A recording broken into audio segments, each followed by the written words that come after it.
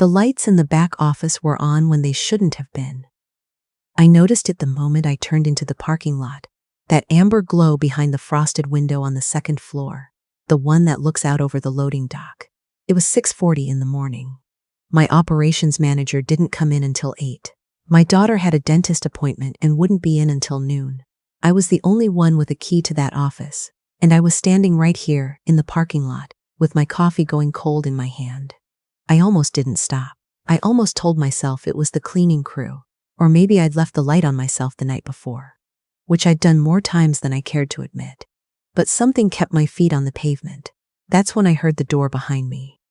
"Miss Harriet?" I turned around. It was the HVAC man, Walter from Consolidated Air, who'd been servicing our units for going on 11 years. He was standing at the side of his truck, toolbox in hand, and he was looking up at that window the same way I was. "You weren't supposed to be here until 9, I said. "Got done early at the Hendersons." He didn't look at me when he said it. He kept his eyes on that window. Then, quietly, the way you'd speak in church, he said, "Don't go in the front, Miss Harriet. Go around back, through the warehouse." I stared at him. "What?" He finally looked at me, and there was something in his face I'd never seen there before. Not alarm exactly, more like the look a man gets when he's already decided he's going to say something he probably shouldn't. "Just go around back," he said, "and don't let them hear you." I wanted to ask him what he meant. I wanted to ask who them was. But something about the way he said it made me tuck my coffee under my arm and walk around the side of the building without another word. "My name is Harriet Lowe. I am 63 years old, and for 31 of those years I have run Lowe Specialty Foods, a mid-sized distribution company out of Ashford, Ohio, that supplies specialty and imported goods to grocery chains across the Midwest. My late husband Bernard started it in our garage in 1993 with 12 accounts and a used refrigerated van. By the time he passed in 2014, we had 4 warehouses, 87 employees, and contracts with some of the largest regional chains in the country. I took over the day after his funeral. I didn't have time to grieve because I didn't know how to do anything else. For 9 years after that, I ran this company the way Bernard had taught me, carefully, loyally, never spending a dollar I hadn't already earned twice. I trusted the people around me. I had to. You cannot run a company alone. But that morning, standing at the back door of my own warehouse with my key trembling slightly in my hand, I understood for the first time that trust, when it's misplaced, doesn't just hurt you. It can erase everything you ever built. I went in through the warehouse entrance. The floor was quiet. Deliveries didn't start until 7. I walked past the cold storage units, past the pallets of goods waiting for the morning routes, and I took the interior stairs up to the second floor, the ones that led out into the hallway behind my office rather than in front of it. I could hear voices before I reached the top step. I stopped, put my back against the wall. I recognized the voice immediately. It was my son-in-law's. He was on the phone, and what I heard him say in that low, controlled tone he always used when he was very sure of himself stopped every thought in my head. "She doesn't know about the Delray account. She's never looked at it. By the time she does, the transfer will already have cleared." Silence. He was listening. "No, the signatures are taken care of. I told you, I've been CFO here for 6 years. I know what I'm doing." I stood in that stairwell for what felt like a very long time. My son-in-law had come to work for Lowe Specialty Foods 5 years ago, shortly after he and my daughter married. I had hired him myself. I'd brought him in as financial controller, moved him to CFO 18 months later when our previous one retired. He was sharp, detail-oriented, and he knew the industry. My daughter had chosen well, I thought. I thought a lot of things back then. His name was Fletcher. And standing in that stairwell with my heart thudding against my ribs, I realized I had handed him the keys to 31 years of my life, without ever really looking at what he planned to do with them.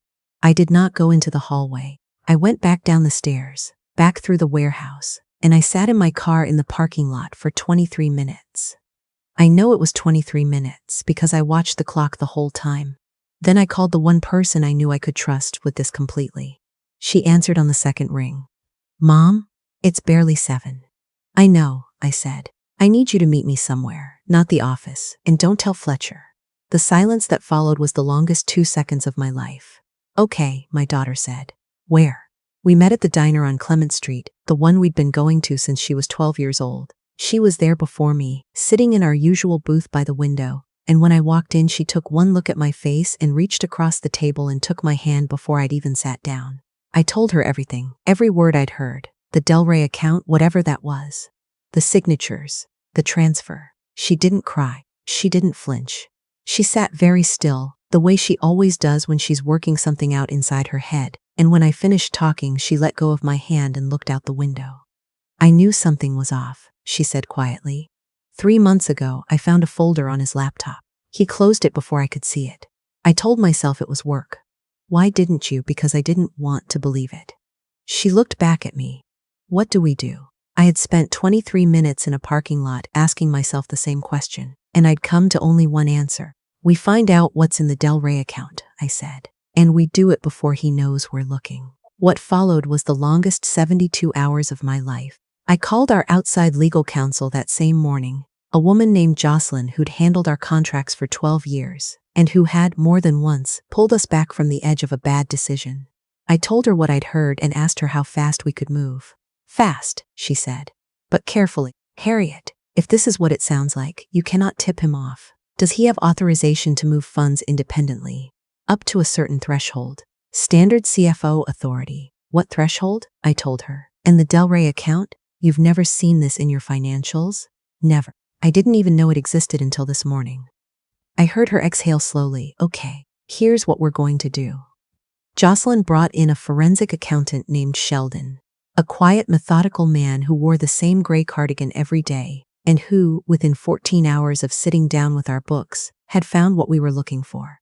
The Delray account had been opened 18 months ago under a subsidiary name that technically belonged to Low Specialty Foods but had been dormant for years. Fletcher had reactivated it quietly, made small transfers over the first year, nothing large enough to trigger internal review, and then, in the last 2 months, had begun moving significantly larger amounts. Vendor payments that were never paid to vendors. Logistics contracts for services that were never rendered. The money moved through the Delray account and came to rest, eventually, in an account that Sheldon traced to a holding company, registered in Delaware with a single named director, Fletcher's brother. I sat in Jocelyn's conference room when Sheldon showed me the final report, and I didn't say anything for a long time. The number on the last page, the total that had been moved over 18 months, was just under $400,000. $400,000. Quietly, carefully, over a year and a half, by a man who sat 3 doors down from my office and who called me by my first name and who had shaken my hand the day I promoted him and said he would never let me down. How close was he to finishing? I asked. Sheldon looked at his notes. There's one more transfer scheduled. Looks like it was set to process Friday morning. Day after tomorrow. Friday. 2 days before Low Specialty Foods' 31st anniversary celebration. An event we'd been planning for months. An event Fletcher himself had helped organize. I understood then why the timing had been so deliberate. My daughter did not tell her husband what we knew. She went home that night and made dinner, and sat across from him at their kitchen table and gave nothing away. She told me afterward that it was the hardest thing she had ever done, and I believed her, because I know my daughter and I know what it costs her to hold something that heavy in silence. But she did it. She protected this. On Thursday morning, I arrived at the office early, before anyone else, and I met Jocelyn in the lobby with 2 men I hadn't seen before. She introduced them briefly. One was from our state's financial crimes unit. The other was a civil attorney who specialized in fraud recovery. Fletcher arrived at 8:15, same as always. He had coffee in one hand and his laptop bag over his shoulder, and he said good morning to the receptionist, and he walked to his office, and he closed the door. At 8:40, Jocelyn knocked. I don't know exactly what happened inside that office because I didn't go in. I stood in the hallway, and I listened to the sound of a man realizing, all at once, that the careful, invisible thing he had built over 18 months had been seen. Every piece of it. What came after that, the legal process, the recovery of funds, the months of paperwork, is a story for another day. What I will tell you is that Fletcher resigned before noon. By afternoon, the transfer scheduled for Friday had been frozen. By the end of the week, Jocelyn had filed for civil recovery, and the state had opened a criminal investigation. He did not call to apologize. I didn't expect him to. What I've thought about most, in the months since, is not Fletcher. People reveal themselves eventually.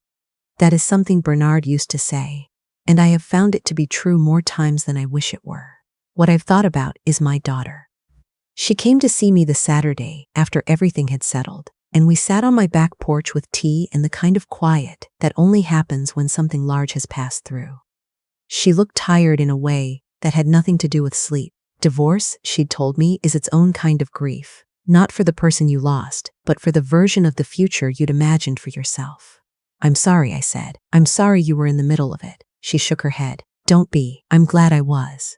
She wrapped both hands around her mug. I kept thinking, when Sheldon was going through the books, about Dad, about how long he spent building this. I wasn't going to let someone take that. I had to look away for a moment. You could have told me, I said, about the laptop, about the folder. I know. She was quiet for a moment. I think I was scared of being right. That's the thing about the people who betray you. They don't just take what they took. They take your certainty. They make you doubt your own judgment, your own eyes. And the only way through it is to trust someone again, even when every bruised part of you is saying don't. I trusted my daughter. She trusted me. And that, in the end, was what saved us. Walter from Consolidated Air came back to service the units the following week, and I caught him in the parking lot before he went in. I asked him what had made him stop me that morning. He was quiet for a moment. He took off his cap and turned it in his hands.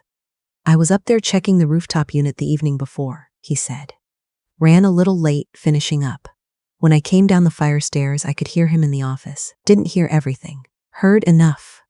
Why didn't you call someone? He looked at me steadily. Didn't know who to call. Didn't know who was in on it and who wasn't. But I knew you weren't. He put his cap back on.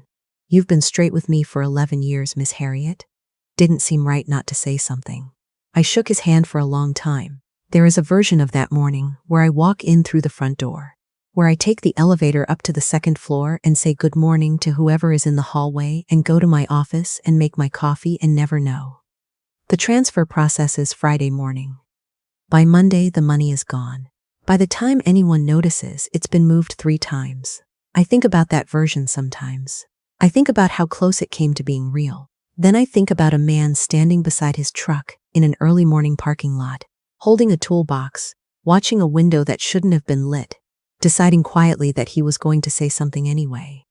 There's a lesson in that. I'm still working out exactly what it is, but I think it has something to do with the fact that goodness, real goodness, doesn't announce itself. It shows up in a parking lot at 6:40 in the morning, in a work jacket that says Walter on the chest. And it says what it needs to say, and then it gets back to work. I kept the company. I kept the legacy Bernard left me. And I kept my daughter. Not in spite of what happened, but maybe, somehow, because of it. What tried to break us turned out to be the thing that showed us what we were made of. That's the part Fletcher never counted on.